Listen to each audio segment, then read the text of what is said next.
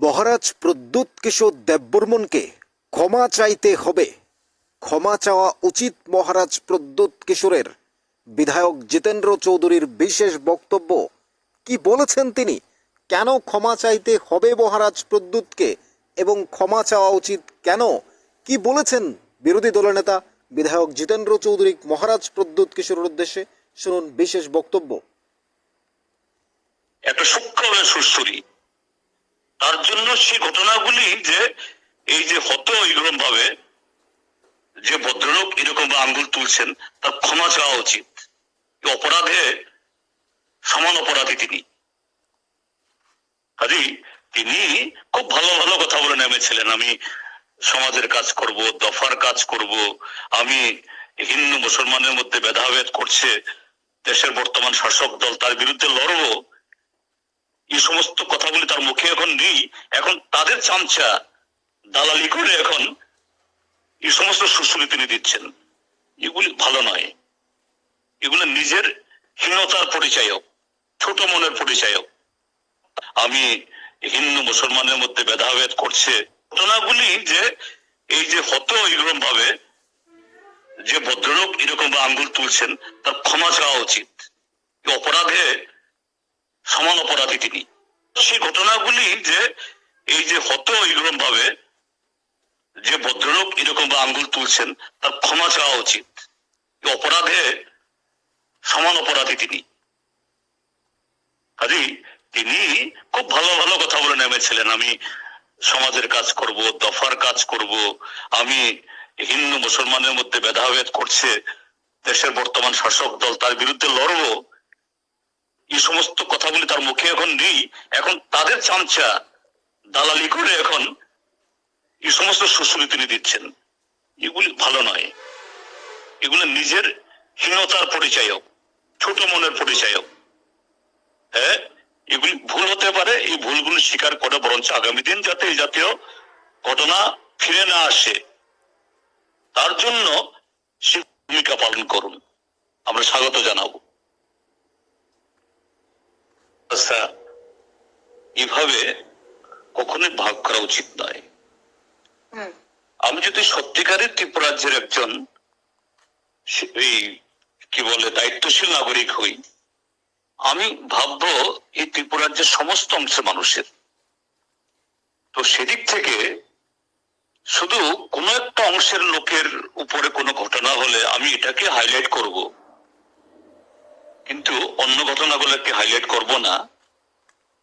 এটা এক ধরনের কি বলে সচেতন ভাবে সত্যের অপলাপ করা। তো ত্রিপুরাজ্যের মধ্যে তিনি শুধু আগরতলা শহরের দু একটা ঘটনাকে এইভাবে রেফারেন্স হিসেবে আনছেন কেন? ত্রিপুরাজ্যে সেই দিনগুলোতে হ্যাঁ কিছু ঘটনা তো হয়েছেই, হতো টাকার জলাতে, কল্যাণপুরে, ওই গন্ডাচড়ার পথে, কাঞ্চনপুরের পথে, এই যে কিছু নিরীহ লোক, নিরাপত্তা কর্মী, এদের অপহরণ হতো, খুন হতো, ঘর বাড়ি জ্বালিয়ে দেওয়া হতো। যদি তিনি সচেতন নাগরিক হন, যিনি এরকম মন্তব্য করে থাকেন, এগুলো রেফারেন্সে আনুন। এবং সে ঘটনাগুলি কেন হতো, কারা করত? তিনি 2017 সালের এগুলা ঘটনাগুলি নিয়ে এসে একতরফা এবং কোন একটা ফায়দা মানে মানে মাইলেজ নেওয়ার জন্য বলছেন। একসাথে তিনি সেগুলো বলুন, কেন ঘটনাগুলি হতো, কারা করত, এবং সেই সমস্ত ঘটনার কিছু রেশ আগরতলা শহরে পড়তো। এটা খুব ভালো হয়েছে, আমি কথা বলছি না, এটা বলার জন্য না। কাজে এগুলো না বলে যদি এগুলি বলা হয়, তাহলে এটা এক ধরনের অপরাধ। সচেতন ভাবে এটা সত্যকে আড়াল করা। তিনি তার জবাবও দিন। কারা সে লোকগুলো? এই লোকগুলো এখন কাদের সাথে ভিড় করছে, কার সাথে শেয়ার করছে, কার সাথে এই লোকগুলো ধরম ভরম?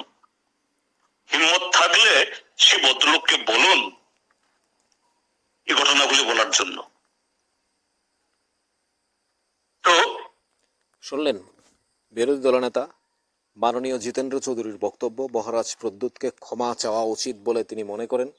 কারণ মহারাজ প্রদ্যুৎ একটি বক্তব্যে বলেছিলেন, তিনি বলেছেন তিপ্রাসা যারা ছিলেন রাজ্যের জনজাতিরা, তারা 17 সালের আগে নিরাপত্তাবিহীন ছিলেন, অর্থাৎ তাদের নিরাপত্তা ছিল না, তারা ঠিকঠাক কোনো কিছু পেতেন না।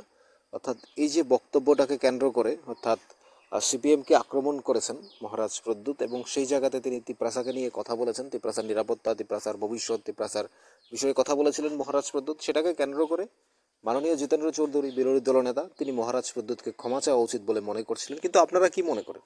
রাজ্যের 40 লক্ষ ত্রিপুরাবাসী, তার পাশাপাশি 14 লক্ষ 15 লক্ষ তিপ্রাসা যারা রয়েছেন, আপনারা কি মনে করেন মহারাজ প্রদ্যুতের ক্ষমা চাওয়া উচিত নাকি না?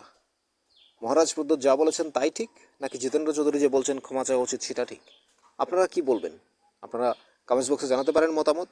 কিন্তু রাজ্যের দুজনেই জনজাতি নেতা, দুজনেই জনজাতির গুরুত্বপূর্ণ লিডার, জিতেন্দ্র চৌধুরী একদিকে মহারাজ প্রদ্যুৎ, দুজনের পাল্টাপাল্টি বক্তব্যে তোলপাড় রাজ্য রাজনীতি। আপনাদের কি মনে হয় জানাবেন কমেন্টস বক্সে। থাকুন নিউজ ত্রিপুরা 1 চ্যানেলের সাথে। চ্যানেলটিকে সাবস্ক্রাইব করে রাখুন পরবর্তী আপডেট পেতে।